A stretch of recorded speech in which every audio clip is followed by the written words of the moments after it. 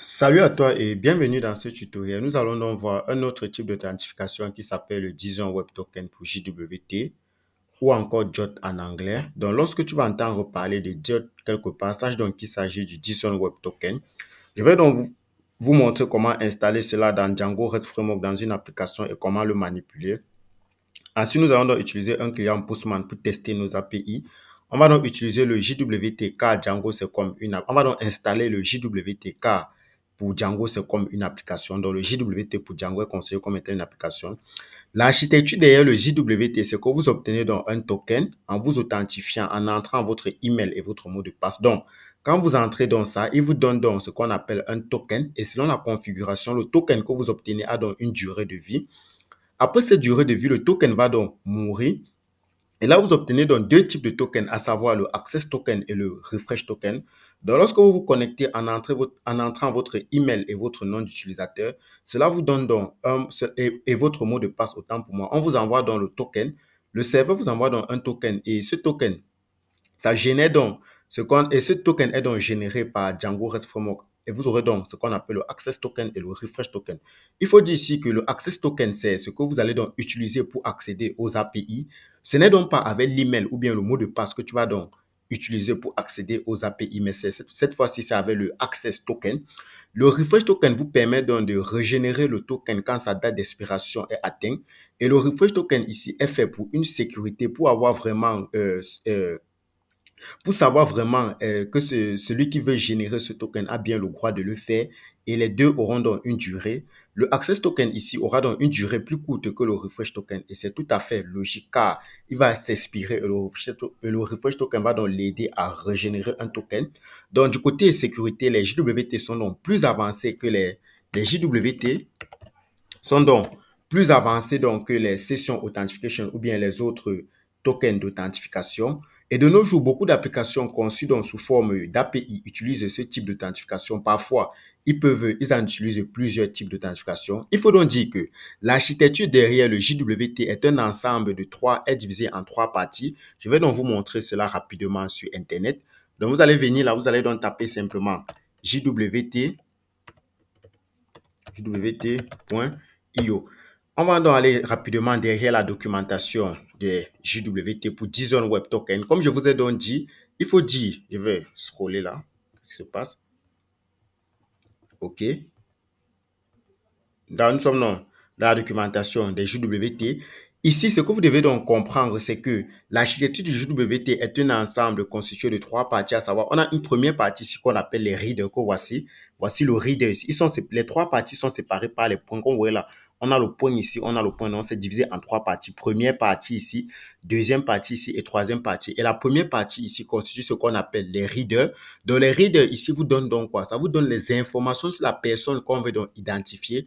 Ça vous donne plutôt ça vous donne l'information sur le token qu'on veut générer. On aura par exemple le type d'algorithme ici qui peut être soit un HMAP, soit un RSAH, soit ainsi de suite. Donc ici, par exemple, au niveau du reader, ici, nous avons donc un H200, un HS256 comme type d'algorithme. En deuxième partie, vous avez donc ce qu'on appelle ici les payloads. Les payloads vous donnent donc les informations sur la personne qu'on veut donc identifier.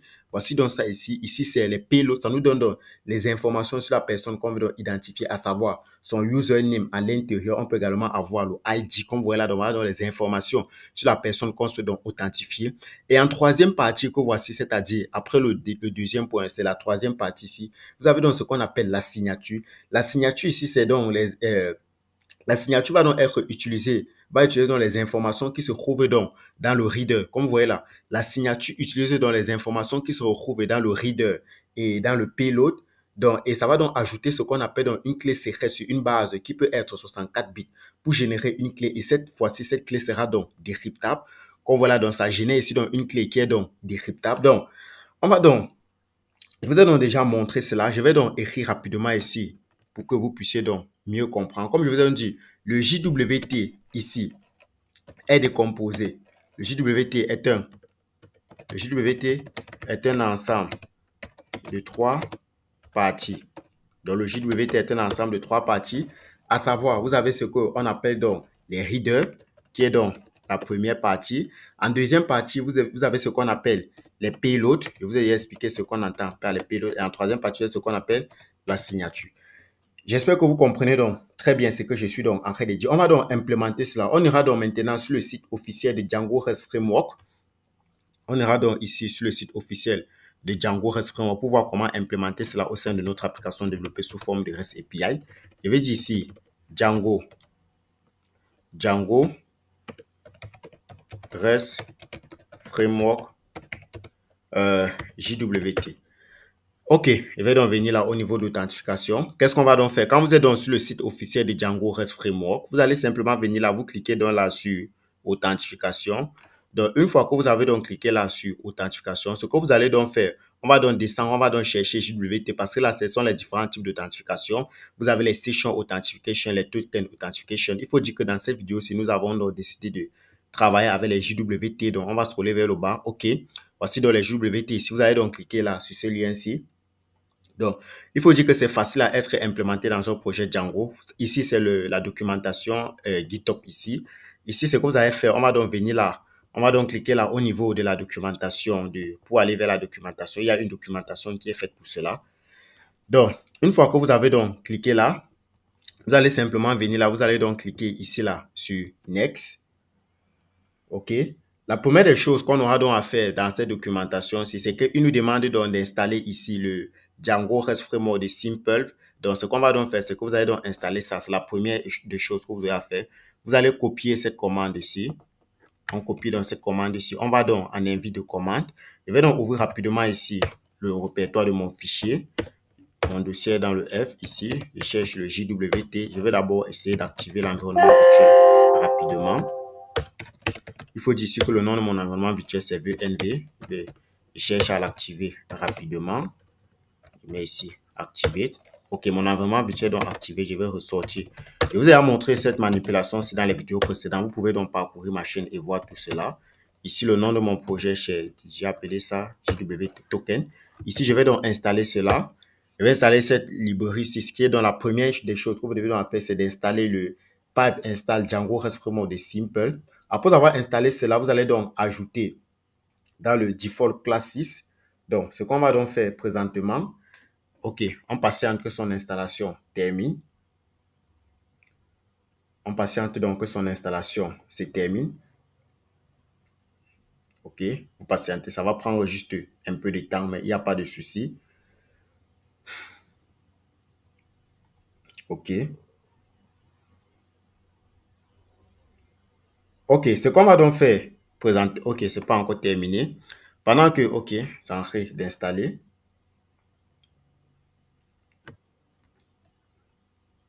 OK, son installation est bien terminée. Qu'est-ce qu'il dit ici là? Il rencontre une erreur là. Il me demande de run cette commande ici. Il n'a pas pu installer. Je run d'abord cette commande ici. Mais vous n'avez pas ce souci parce que moi j'ai une ancienne version. OK. OK.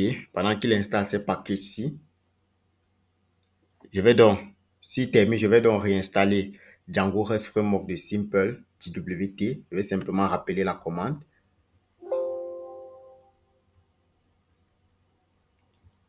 OK, je rappelle dans la commande pour pouvoir installer JWT.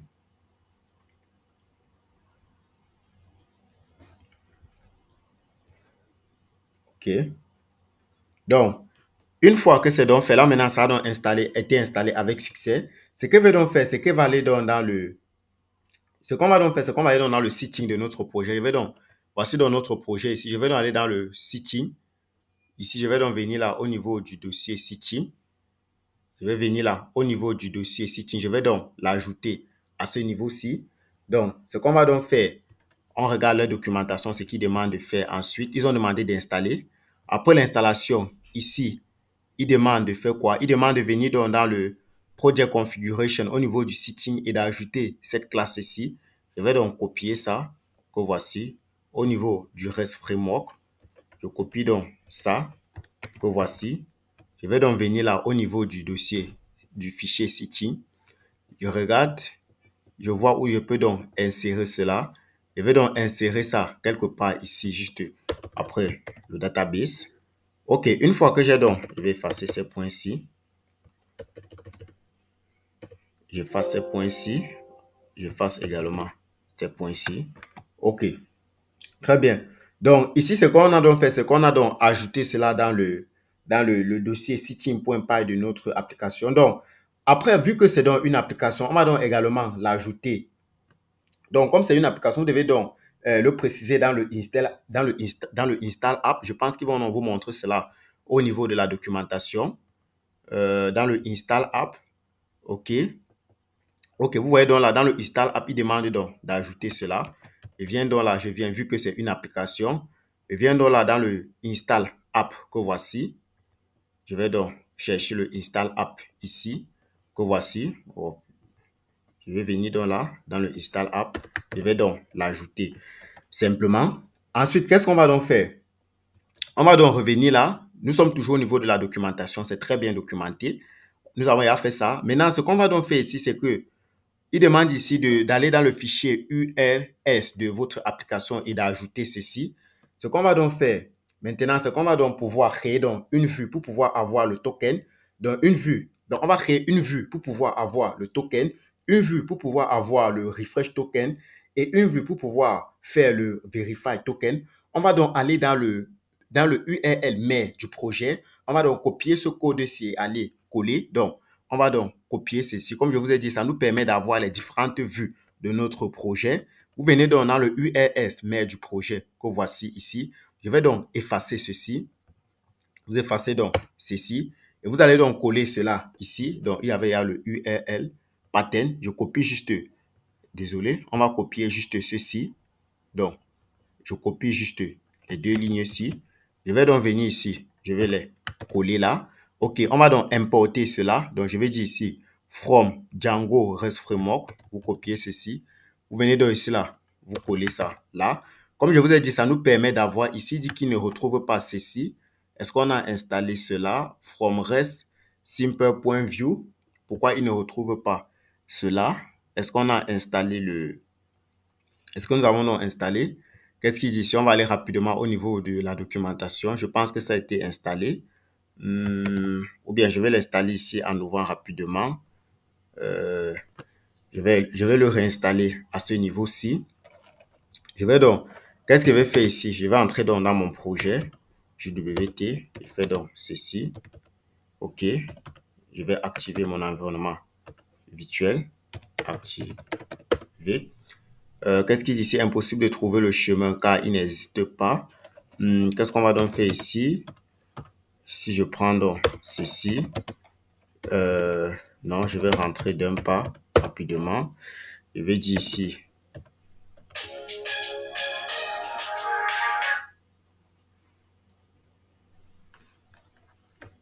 je vais donc reprendre là rapidement. OK. Donc les gars, j'ai pu résoudre le problème. En fait, mon problème, c'était au niveau de l'interpréteur ici. Donc, je n'avais pas fait entrer mon environnement virtuel ici. Comme vous voyez là, mon environnement virtuel n'était pas activé à ce niveau-ci. Donc, je vous montre comment j'ai fait. Je ne voulais pas prendre assez de temps là parce que la vidéo devait prendre plus de temps. C'est pour ça que j'avais mis une pause. De peur que vous vous découragez, vous changez de vidéo parce qu'elle prend assez de temps. Donc là, je suis venu juste là, j'ai créé un nouvel environnement virtuel. Bon, moi, j'ai choisi plutôt le chemin d'accès. Donc, je vous montre puisque lorsque j'ai créé un projet, vous voyez, j'ai créé mon projet ici. Voici mon projet JWT que j'ai créé ici, là. Vous voyez, c'est le nom de mon dossier, en fait. Et voici mon projet ici. Donc, si vous rencontrez ça de problème, sachez que vous devez activer votre environnement virtuel au niveau de votre IDE. Donc, voici mon environnement virtuel que j'ai créé ici, qui est VENV. Donc, j'entre dans là et je copie le chemin ici. Donc, j'ai copié ce chemin-ci et je suis venu ici. Donc, vous cliquez juste là en bas. Au niveau, vous voyez là, c'est activé, VENV. Mon environnement virtuel est activé.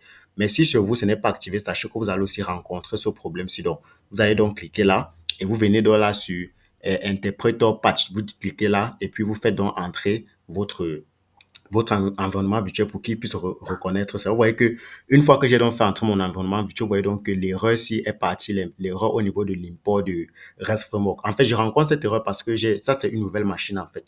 Donc, c'est une nouvelle machine. C'est pour ça qu'il ne retrouvait pas ça au niveau de l'interpréteur. OK, on va donc continuer. On va donc repartir au niveau de la documentation. Il faut dire que j'ai donc également aussi vu cela sur Stack Overflow. Donc, je vous conseille vraiment, lorsque vous travaillez en informatique, il n'est pas important pour vous de retenir des lignes de code, mais un bon informaticien, un bon programmeur, c'est celui-là qui sait se servir de sa connexion Internet pour faire des recherches. Lorsque vous travaillez, que vous avez un problème, vous rencontrez un problème, à l'instant T, vous n'avez pas trouvé le problème, ne vous découragez pas. Vous devez avoir le mindset de vous dire que je n'ai juste pas encore trouvé le problème, mais ce qui est sûr, je vais trouver le problème parce qu'avec Internet, toujours, vous avez presque tout. Vous voyez là, je suis venu ici. Je vous conseille vivement la plateforme Stack Overflow. Vous voyez là, j'ai copié mon erreur, j'ai collé et c'est lui qui m'a proposé ici. C'est lui qui m'a précisé ici là de, c'est lui qui m'a proposé ici de créer mon environnement virtuel, quoi, de pouvoir le connecter à mon IDE. Donc, c'est un peu ça. Donc, la prochaine étape qu'on aura donc à faire, on va donc revenir là. On a donc déjà importé ça. Comme je vous ai donc dit, si je vais revenir rapidement sur ce que je vous ai dit, c'est que je vous ai dit qu'on va donc créer une vue pour le token. On va créer, c'est ça ici. Voici donc la vue qui a été créée pour le token ici. On a créé une vue pour le refresh token. On va également créer une vue pour le verify token. Donc, qu'est-ce que je vais donc faire? Je vais venir ici, là, je vais importer ça. J'importe ça, ce qui est la vue pour le verify token. J'importe donc ça ici. Je vais donc venir ici. Je vais rapidement. Je vais donc coller ça là. From REST Framework Import Token Verify. Je copie également le patch que voici. Je copie le patch que voici ici.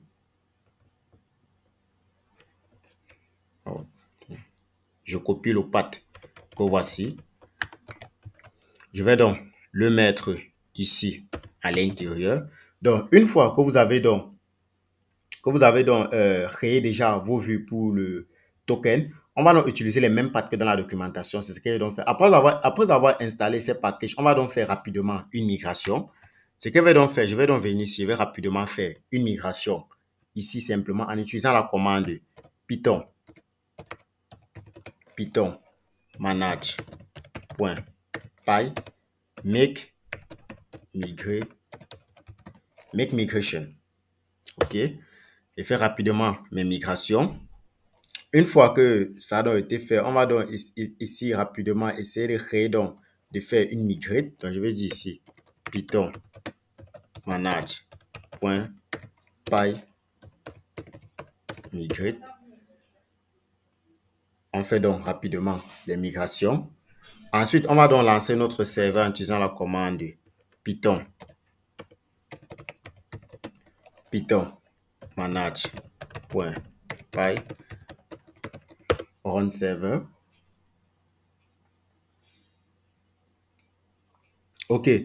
Une fois que vous avez donc lancé la commande, ce qu'on va donc faire ici maintenant, c'est qu'on va donc aller sur la documentation. On va donc essayer de tester cela maintenant avec nos API. Donc, ce que je vais donc faire ici, c'est que je vais venir simplement là. Mais avant de le faire, je vais revenir là au niveau. Je me rassure d'avoir que mon projet tourne normalement.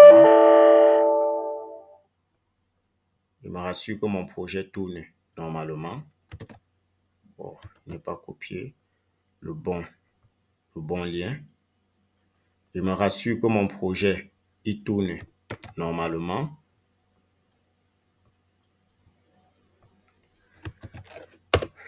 OK. Donc là, on a ces problèmes-ci, mais ce n'est pas un souci en fait. On va essayer de les résoudre tout à l'heure. Donc, ce qu'on va donc faire ici, c'est que ce qui va nous intéresser ici, je vais donc revenir là. Ce n'est pas encore terminé avant de tester nos API. Ce que vous allez faire, c'est que vous allez descendre dans là. Vous allez donc cliquer ici. Donc, on va scroller là. On va cliquer ici sur Next. Donc, là, c'est à pouvoir donc les durées de vie de notre token. Comme je vous ai dit, vous avez le refresh token et le access token et chacun d'eux ont donc une durée de vie. Donc, j'ai donc cliqué ici sur Next. C'est pour donner donc, c'est pour voir la durée des clés qui seront donc générées.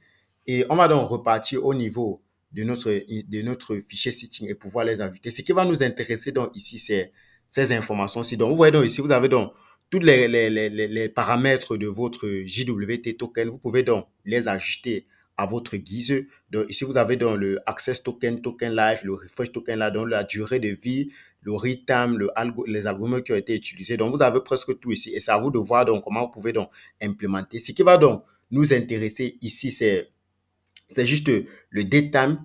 Ici, c'est juste ça qui va nous intéresser ici, le access token et le refresh token. Donc, je vais donc copier ça. Je vais copier ces deux-ci. Bon, je peux copier ces trois-là. Je vais donc venir ici au niveau de mon fichier setting. Donc, je viens donc là, au niveau du fichier setting. Je vais donc ajouter ça juste quelque part là, en dessous. Je vais donc ajouter ça quelque part ici.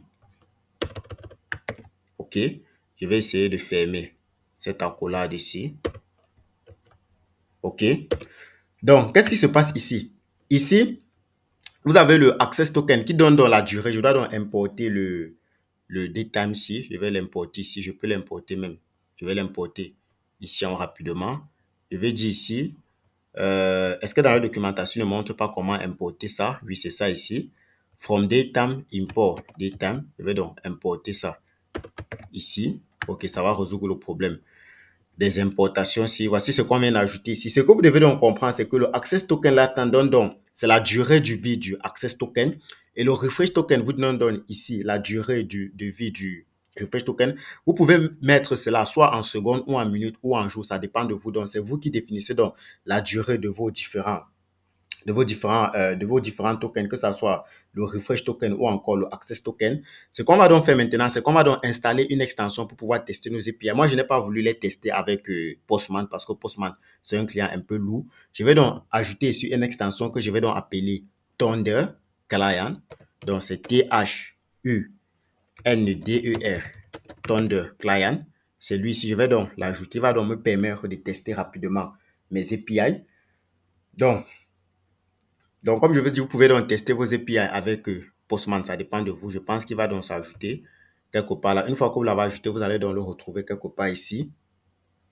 OK. Une fois que c'est donc fait, notre projet, je vais donc relancer notre projet.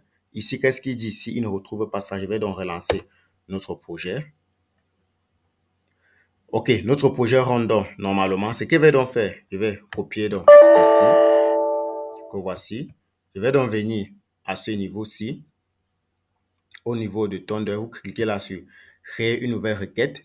Donc, je vais coller ce lien-là ici. Je colle donc, non, je dois bien copier, désolé. Je dois copier cette adresse-ci que voici. Et je le colle donc ici. Une fois que je l'ai donc collé ici, c'est une méthode de post puisqu'on veut. Qu'est-ce que je vais donc faire ici? Je vais donc venir là au niveau de mon URL du projet. Je vais revenir là. Je vais donc venir là au niveau de URS du projet. C'est à quel niveau là? Ici.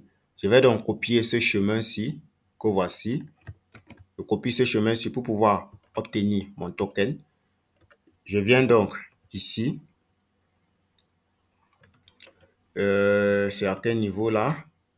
Je viens donc ici au niveau de Thunder. Je viens là. On est obligé de créer une nouvelle requête puisque la requête là n'avait pas été enregistrée. Bon, ce que je vais faire, c'est simple. Je vais venir là, toujours à ce niveau-ci, pour ne pas, pour que la requête s'enregistre à chaque fois. Je vais venir là. Je vais venir à ce niveau-ci, au niveau de URLs. Je prends d'abord ce chemin-ci, que voici ici. Je vais donc le coller là. Je prends donc ce API token-ci. Je vais donc coller ici. Je vais donc copier ce chemin-ci. Je vais le couper une fois. Je vais donc revenir là au niveau de mon Thunder. Je crée ma requête et je colle donc ça ici. Je fais donc ce qu'on appelle pour obtenir le token. Donc ça sera forcément le get. On va tester quelque chose rapidement. OK. Il nous dit ici que la méthode est not aligned. La méthode n'est pas autorisée. Pourquoi est-ce qu'il dit ça? Méthode get not aligned. Ce que je vais donc faire, c'est que je vais donc revenir là. OK. On a fait une erreur à ce niveau-ci. On a utilisé plutôt, bon, je vais reprendre là le get. Non. Ah, qu'est-ce qu'on veut tester ici? On veut tester le post. Voilà. Donc, on veut plutôt obtenir un token. Alors, je vais donc faire le post là. Qu'est-ce qu'il me dit là? Le username est obligatoire et le password est obligatoire. C'est qu'on va vraiment rapidement créer un super user. pour pouvoir continuer notre vidéo rapidement, je crée rapidement un utilisateur. Je vais donc venir ici, je vais dire ici Python manage manage.py create super user.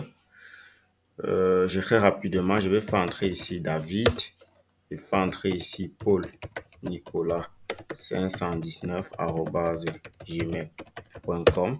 Je fais entrer ici 1, 2, 3. Je fais entrer le mot de passe, je répète. OK, je vais dire ici yes.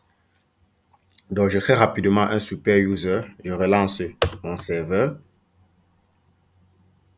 OK, une fois que j'ai donc relancé mon serveur, je vais donc venir à ce niveau-ci. Je vais le relancer donc là, à ce niveau-ci. Mais ici, je me connecte en tant qu'admin. Ici, c'est plutôt David. J'essaie de me loguer.